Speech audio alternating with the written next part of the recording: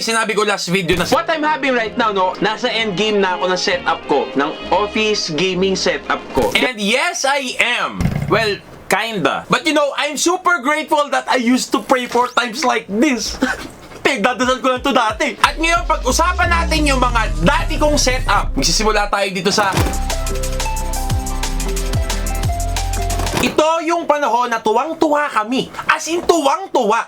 Kasi, nagkaroon na rin kami ng PC. Weh? Talaga? PC? Like, shock na shock pa rin kami kasi first time namin sa buong bahay na magkaroon kami ng PC. Kaya sinabi PC namin kasi marami akong kalaban. Kalaban ko yung ate ko, yung kuya ko, yung isa kong ate, tapos yung bunso namin, tapos si mama na magagalit sa akin pag hindi nakapaglaro ng Zuma. So ano akala ko? Ganun-ganun lang para makagamit ako. Hindi, makikipagbalyahan ako para lang makagamit ako ng PC. At kapag ako na ang gagamit ng PC, sinisigurado ko sa inyo na kung saan-saan na ako mapupunta. When hindi doon sa iniisip nyo. So kakalgalin ko yung bawat sulok ng PC ko. Titignan ko kung ano nagagawa ng Windows Movie Maker, ano ba tong Microsoft Encarta na to. Tapos i-open ko yung folder na PopCap Games kung saan nakalagay yung Plants vs Zombies. At dati ko din gusto mag-alaga ng isda pero hindi ko magawa. So nagsimula na lang ako sa Insaniquarium. Hindi rin po kami makapaglaro ng games dyan like yung matitindi like Call of Duty and all that kasi Pentium 3 nga lang. Wala pa nga video card yan eh. And also wala rin kami pambayad ng internet. Pero may alam kaming paraan para makakonect kami sa internet. At alam mo kung ano yon? Yun ay ang paggamit ng Smart Bro. All hail this broadband. Kasi kung hindi dahil dyan, wala kaming tulay papuntang kabilang ibayo ng internet. Hindi nga kami ganun karangya tulad ng iniisip ng ilan eh. Kaya pag nagpapaload si mama ng 50 pesos, one day, only surf, parang Pasko dito sa bahay. Mas tumataas yung ngiti namin hanggang tenga at mas tumataas yung alta presyon ni mama kasi nag-aaway-aaway kami dito kung sino na isunod na gagamit ng internet at ng PC. Si ate gagamit ng Facebook at Twitter. Si kuya manonood ng YouTube, maglalaro ng Tetris Battle. Yung ate ko naman hanggang mamaya maglalaro ng Papa's Freezeria. Tapos si bunso namin maglalaro ng Fireboy and Water Girl. Na siya lang mag-isa. Sabi ko, tara laro tayo, pandalawahan yan eh. Anong sasabihin niya? Kuya, ayoko! Manonood na lang ako. At pag wala ng tao sa baba, oras na para manood ng Voltes 5. Ghost Fighter Tagalog, Hambog ng Sagpro, Princess Sarah, Doraemon, at kung ano-ano pa yung mga nagpapatawa sa akin. Naliligaw ako sa kung saang-saang lupalop ng internet mula Newgrounds, Stick Page, and Flash Revolution na hanggang ngayon nilalaro ko pa rin. Tingnan mo, gano'n ako kagaling. At pag may natitira pang oras sa broadband, sinusulit ko talaga lahat ng games na pwede kong i-download i-download ko tulad ng Stepmania, tulad ng Mugen. And to that point na nakapag-download din ako ng game na Painkiller at yung 13, one of the best games that I ever played na hindi kailangan ng video card at the time. So those games really marked my teenage days, no? So if you have a PC like that, who needs friends? And that era right there ended kasi yung PC namin wala po siyang takip. Lahat ng yun nawala sa isang iglap, sa isang ihilang ng daga. So RIP Pentium 3 PC that we had like, hindi ko alam kung anong taon, you will be missed bro. Thank you for the memories. So naglalakad-lakad kami nung namamalengke kami ni mama, may nakita kaming store kung saan may nagbebenta ng PC, like yung mga surplus. So ako out of curiosity, pumasok ako dun sa tindahan na yon at may nakita akong PC na nagkakahalaga ng 2,100 at the time. 2,100 for a PC? Are you kidding me? Ay sir, maganda po yan. Yan po yung tinatawag po naming Pentium 4. Ano yung Pentium 4? Ma, tingnan mo, 2,100 lang yung PC. Ano sabi sa akin ni mama, wala akong pera. And syempre, kahit yun yung sinabi ni mama, hindi na naman ako matitiis at binili na namin yung Pentium 4 na yon. Pumunta kami doon sa may dealer, sabi namin sa may dealer, magkano po ito? 2,100. Nung pagkasabi niya ng presyo, alam mo, sabi sa akin ng dealer, nung bibili na namin, ay ma'am, additional 1K po para i-format po namin yung PC. Additional 1K? Saan nanggaling yun? Install po natin na Windows XP pagkatapos po na may kasama pong Microsoft Office pati games. Hindi namin kailangan ng Microsoft Office, pati games ha. Magwe-web browse lang kami doon. Hindi namin kailangan ng games. Wala ko, kailangan ko. So, nung time na yun, pareho kami ni mama na walang alam at pakiramdam namin, ini-scam kami. So, binili na lang namin yung PC, inuwi namin at pumunta kami doon sa kapitbahay namin na magaling din umayos ng PC. At alam mo magkano singil niya sa amin? 200 lang at merienda, masaya na siya. At sabi ko nung time na yon, pag nasira yung PC namin, bakit hindi kaya ako matuto ng sariling pag-aayos ng PC, no? Para pag nasira man yung PC, responsable ako doon at kaya ko siyang ayusin. At Pwede ko siyang pagkakitaan. Hindi na kami magpapagawa, nakatipid pa kami at kumita pa ako. So yun yung naging plano ko. At nung binigay na sa amin ng kapitbahay namin yung PC, doon na ako tuluyang nag-geek out. Lahat ng curiosity ko, lahat ng mga tanong ko pertaining sa PC na to, ginawa ko, kinalikot ko, hinalugog ko, binarubal ko. Ang pangit ng mga words sa ginamit ko. Doon ako natuto mag-install ng games mag-isa, mag-format mag-isa, mag-partition mag-isa, at mag-download ng drivers kung saan-saan eh. Hindi ko nga alam kung alin doon yung may virus. Ginagawa ko pa rin, ini-install ko pa rin sa PC ko, at natuto ako the hard way. Alam mo, sobrang curious ko na kung ano yung makita ko sa internet. Pinaniniwalaan ko kasi ayun yung naniniwala ko na research. Sabi sa akin doon sa isang YouTube video na napanood ko na pag dinilit ko yung System 32, bibilis daw yung PC ko. At may nabasa din akong forum sa internet na pag hinugasan ko daw yung motherboard ko, hindi na daw siya mag-overheat. Yan nga po, ginawa ko nga po. Anong magagawa ko? Curious ako eh. I need to know that eureka moment wherein masasabi ko, ganun pala siya nagwo-work. And kung hindi dahil doon, I won't learn it the hard way. Na pag dinilit ko yung System 32, hindi na pala ako makakagamit ng Windows kasi hindi na lalabas yung taskbar at hindi na rin lalabas yung mga folder ko sa desktop. At doon ko din nalaman na pag hinugasan mo yung motherboard mo, totoo nga. Totoo na hindi na siya mag-overheat. Alam mo kung bakit? Kasi hindi na siya gagana. Nag-short circuit nung hinugasan ko. Talaga hindi na mag-overheat yan. If kailangan kong masira yung PC ko para matutunan lang yung ganitong bagay, okay lang sa akin. Kasi I was really curious at that time. Or baka ginagawa ko lang dahilan to kasi nasira ko yung PC ko. Oo, alam ko tumatakbo sa isip mo, si Josh Pint Bobo. Pero at least ako, hindi ako naniniwala dun na pag yung USB ko may kalawang sinaksak ko sa PC, magkaka-virus. Hindi ako ganon. At ito nga pala yung casualty. Yung nasa taas, yung Pentium 3 and nasa baba, yung Pentium 4, yung nabili namin na 2,100, and I salute all of this PC na nagamit ko. Kung hindi dahil sa inyo, hindi po ako matututo mag-geek out sa mga gusto kong gawin sa computer ko.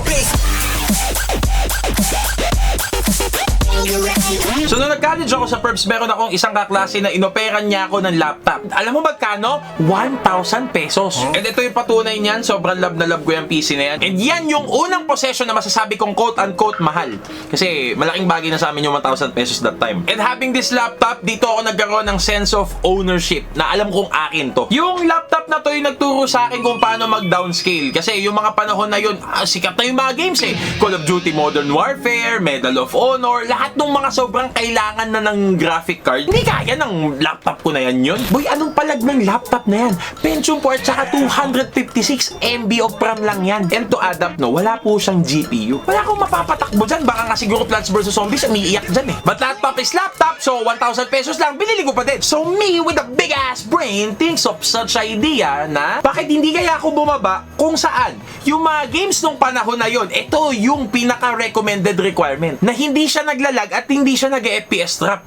This is why I love my brain. I'm thinking outside the box. Hindi naman ako maarte that time. I just want a smooth ass gameplay. At doon ako nag-download ng Max Payne 1 and 2, Virtua Tennis, House of the Dead 1 and 2. At kung maniwala man kayo sa hindi, merong Command and Conquer na Barilan and Splinter Cell and Stepmania and Toho. At kung napakadami. Kung gusto kong makalaro, may paraan. So syempre, na-fulfill na nun yung saya ko sa paglalaro ng games. Pero hindi yung fact na, alam mo yun, ako lang yung may pinakaluman laptop doon sa room namin. Makikita mo yung mga PC nila i7, i5. Tapos ako makikita mo yung Pentium 4. Pero ganun pa man, I still accepted my weirdness at that time and I don't give a single fuck na yun yung laptop ko. Kasi anong ba gagawin namin? Magpo-program lang kami. Kaya din paandarin ng PC ko yun. Ba't ako mag-iinarpe? Hindi naman po ako gahaman at hindi rin naman po ako inggitero. Mabilis po akong makontento sa bagay na meron po ako. Kasi gagamit lang naman kami ng Notepad++, Sublime Text 3, Notepad, minsan NetBeans, minsan Command Prompt, minsan C++.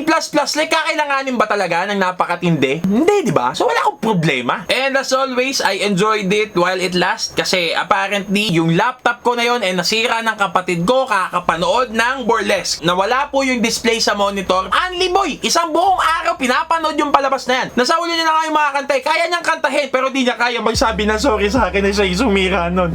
Umamin ka na, Mika! And ako na may matabang utak, as always, ang ginawa ko, tinanggal ko na lang yung monitor at iniwan ko yung unit. Wala akong picture nun, pero ganun yung ginawa ko. Ito na lang yung, for visual purposes na lang, ganyan yung ginawa ko sa kanya. Hanggang tuluyan na siyang natuluyan. Thank you, Pentium 4 laptop, for serving your purpose sa akin. Thank you very much, mine.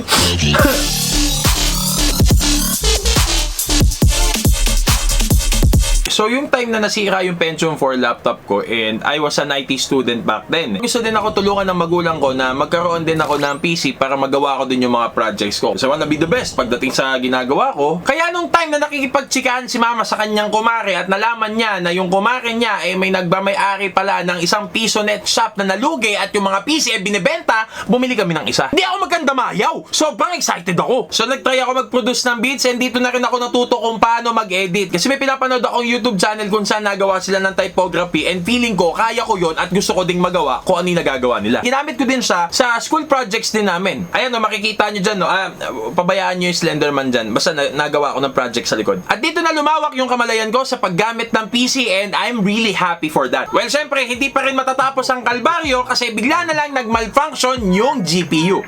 Ngayon, alam ko na kung bakit binibenta. Pero okay lang naman kasi nagagamit ko pa rin naman siya sa programming which is hindi naman kailangan ng GPU, so I'm all good. And gumabalik ho tayo sa laptop. Ngayon lang po ulit ako nagkaroon ng napakagandang laptop na binigay sa akin ng papa ko bilang birthday gift. Na-appreciate ko yung sacrifice na dito kasi alam ko matagal niyang pinag-ipunan to tapos sinurpresa niya ako na to. Talagang yung ngiti ko abot batok. Simula nung nagamit ko yung laptop na yan, dyan na rin ako nag-edit. Halos lahat ng creative endeavors ko dyan lumala at dyan tumindi. Dyan tumibay yung editing skills ko, dyan din tumibay yung paggawa ko ng meme. Ito din yung pinakabigating gadget na meron ako dahil dito na ako nakakalaro ng AAA games. Ayan nga yung example, Resident Evil 7. One of the best games I've ever played. And having this laptop, parang kala mo girlfriend ko siya kasi dala-dala ko siya kahit saan ako pumunta. Sobrang tindi nga na nagawa ko sa laptop na yan. At ayan yung nagawa ko. Tingnan mo, video ko. Piniplay sa event. And alam nyo naman kung gaano na ako ka-addict sa video editing that time. And nung nag-edit ako, nire-render ko yung video, bigla na lang tong nag-overheat. Ay, nako. Sobrang nangihinayang ako, syempre, kasi birthday gift sa akin yung AirPods ko. At saka ang tagal niyang pinaghirapan yun, tapos yun lang yung mangyayari. Hindi ko alam kung sino sisisihin ko Kung ako ba, o sisisihin ko yung model na yun kasi ang daling mag-overheat. Actually, mainit nga siya sa itlog. At saka nung panahon na yun, hindi biro magkaroon ng laptop. Kaya parang gusto kong manuntok, kaso hangin lang yung masusuntok ko kasi hindi ko alam kung sinong sisisihin ko nung time na yun. Ginagawa ko din naman yung gusto ko, yet ito yung nangyari, diba? Pero charge to experience. Hindi ko kinalam kung paano sasabihin sa kanila na, Ma, Pa, yung pinaghirapan na laptop na tinrabaho ng ilang buwan, sira na kasi nag-overheat. Paano ko sasabihin? Sige nga. Nangihinayang ako kasi malapit na yung thesis namin tapos nasira yun. So, pero syempre, gamit lang yan, pagsubok lang yan na nangyayari talaga na hindi mo inaasahan. May mga kaibigan naman ako nung college na nagpairam sa akin ng laptop para magawa namin yung thesis namin. Sobrang tindi ko nga, ayan nasa kami, thesis colloquium kami, ginigisa kami sa mall. Isa yung capstone namin na napili para sa colloquium na i-discuss namin to all students, kaso sa mall. At ginisa kami. Still a memorable memory. So fast forward tayo after thesis at kakailanganin din namin ng extra manpower para sa laptop. Yung brother-in-law ko binigyan ako ng bagong gear. Para sa akin okay na rin Although mababa yung specs niya, I can say, kasi Core 2 Duo in the year of what? 2018? Taog na talaga yan. Kasi kung anong meron ako that time, yun yung i-dispose ko sa abot ng makakaya ko. And hindi ito naging sagabal para magawa ko yung gusto ko. Na matapos yung thesis namin, magawa namin yung paperworks namin, na makapaglaro ako ng games at makapag-edit. Sa katunayan nga, yan yung ginamit ko na laptop sa editing challenge. At yan yung laptop na nagpanalo sa akin. And mind you, yan din po yung ginagamit ko na laptop kung saan po ine-edit ko yung mga vlogs ko nung mga panahon na yon. Man, nasabi ko sa inyo, ilang beses na ako pinalpak ng laptop na yan. Pero mahal ko pa rin yung laptop na yan. Alam ko kung gaano ko kamahal yan? Wala nang battery yan. Na pag natanggal yung cord niyan sa likod ng laptop, talaga naman lahat ng ginagawa ko mawawala. At diba sinabi ko sa inyo, Core 2 Duo yan. Wala pang GPU yan. Umaabot yung render hours ko dyan sa isang video na 10 minutes, 11 hours. Tinututukan pa namin ng electric fan para bumilis kasi pag mainit, bumabagal siya, diba? And nilalagay ko siya sa pinakasulok para hindi matabig ng kahit sino. And malalaman mo mamaya na nahugot pala yung kable kasi natabing siya ng kung sino man sa bahay at wala nga amin. And salamat sa laptop na to kasi lahat ng backlogs ko nung panahon na yon kinurap. Ang galing. ang galing talaga. Yung graduation vlog ko, lahat ng mga vlogs. Doon naging consumption man yung laptop na yan sa akin, pero malaki pa rin yung ginawa niyan para sa akin, para baguhin yung buhay ko. Boy, yan yung bumago ng buhay ko. Somehow, sinira-sira din ito yung parte. Pero hindi, yan yung bumago ng buhay ko. Kung hindi dahil dyan, wala ako dito ngayon. So, hindi alam ng brother-in-law ko na naging lifesaver sa akin. At hindi niya alam na yung laptop na hinandog niya sa akin, yun yung magpapabago ng buhay namin. I owe it all to you. Guard, thank you very much. Now, fast forward sa panahon na kilala na ako bilang Josh Pint, I'm able to buy my own setup na. Maraming salamat kay Andrea Brillantes kasi kung hindi ako nag-work sa kanya at di niya ako pinapaldo, hindi ako makakabili ng laptop na to. Ito yung mga panahon na proud ako sa sarili ko kasi kaya ko nang bilhin yung gusto ko at hindi ako asa sa hingi. At doon pa lang ako nakabili ng laptop na nagamit ko pansamantagal kasi di kalaunan na-upgrade ko siya sa mas maganda pa. Wait, kung hindi na sana ako na-open, may PC setup na sana ako. PC na lagi. Swap pa. Naging gamutan pa. Naging mo pa. Pupus pinag-ipurong sa... There was also this time na ini-sponsoran din ako ng branded na laptop. And lahat ng mga gusto kong gawin within the laptop nagagawa ko kasi I have all of these. And ngayon naman, which is what I'm having right now, nagkaroon na ako ng isang pangmalakasan na laptop na pwede kong gamitin all around. It's been years and I've come a long way para lang ma-achieve itong endgame setup ko. Hindi pa ito yon. With what I'm having right now, parang wala na akong kayang hilingin pa And by this time, it's really nice to reminisce o alalahanin yung mga pinagdaanan ko kasi dun ko makikita kung saan na ba yung mga inabot ko at mga naabot ko. At para makita kung ano man yung pagsusumikap o paghihirap na dinanas ko para lang makamit yung gusto ko. Alam mo pre, wala namang masama humiling ng gusto mo. Actually, yan pa nga yung mag-fuel sa'yo para mas pag-igihan mo yung trabaho mo, mag-double time, mag-triple time. Kaya may makikita ka, may mga taong ginagawang wallpaper yung kotse nila. May mga taong nilalagay yung picture ng kung anong gusto nilang maging sa pader. Para pag gumigising sila sa umaga, ayun yung rason nila sa pagbangon. Or kaya binibili nila yung gusto nila para mahirap man yung buhay, gumaan din kasi alam nila na may napupuntahan yung paghihirap nila. At kung paminsan-minsan, wag mo naman kalimutan i-treat yung sarili mo. Oy, teka lang ha. Yung mga nakapag-Shopee na last week, hindi ko kayo kinakausap. Kinakausap ko yung hindi pa nagastosan yung sarili nila. Okay? Exempted yung mga nag-Shopee na last week. I'm talking about dun sa mga tao na hindi pa natitreat yung sarili nila ng maigi. Like, man, kahit ice cream, di mo pa binibigay sa sarili mo? Seryoso ka ba? Bigyan mo naman ng reward yung sarili mo. You've been a great sport. Hindi ka makakarating kung nasan ka man ngayon. Hindi ka magtatagal dyan sa pinagtatrabahuhan mo at di mo matitiis yung pagmumukha ng boss mong nakakabwisit kung hindi mo tinibayan yung loob mo, men. With that, I'm saying na treat mo yung sarili mo kahit pares man lang, men. This is not financial advice, but men, mag-invest ka din sa sarili mo. Like legit, gusto mo pamanicure ka, paggupit ka. Andyan lahat yon para gumaan yung pasanin mo sa likod na yung way na ginawa ko yan, nung unang sweldo kay Andre, bumili agad ako ng laptop Yun yung ginawa ko kasi ang tagal ko nang nagtatrabaho pero wala pa rin akong napupundar sa sarili ko. Ininvestan ko yung sarili ko kasi magagamit ko naman din siya in the future And yun din yung ginamit kong laptop pang edit sa trabaho ko. So tama lang naman. So wag mong kakalimutan na arugahin yung sarili mo. Alagaan mo naman yung sarili mo. Treat yourself. Don't cheat yourself. Regaluhan mo yung sarili mo because you've done a great job. Pat yourselves in the back. Saka deserve mo yan kasi nagsipag ka naman. Pero gets ko din na may ilang tao na nagiging practical lang na hindi talaga nila kayang gumastos kasi they're doing it for their family or sa gastusin or marami lang din talagang babayaran. Pero ang gusto ko lang sabihin, huwag kang makalimot sa sarili mo. Ngayon, I'm sharing my experience because in the near future, well, hindi man ngayon, but in the nearest future, na pag naniwala ka sa sarili mo na kaya mo at dagdagan mo pa ng sipag, tiyaga, grit, passion, and you keep your eyes into the goal, sinasabi ko sa'yo that you'll be having the things that you once was dreaming of. O sa Tagalog, lahat ng minimithi mo, makakamtan mo. At maniwala ka sa akin, malapit ka na dun sa goal na minimithi mo. At dun sa mga tao na nandun na, pero feeling nila hindi pa sapat yung ginagawa nila, at pakiramdam nila, kulang pa rin, iiwan ko sa inyo to. Charan! So yun lang, I'm done yapping. You're called for greatness, and this is Josh Pint saying na keep that fire burning hanggat hindi mo pa nakukuha yung gusto mo. At pag nakuha mo na yung gusto mo, apuyan mo palalo. Yun lang! Bounce!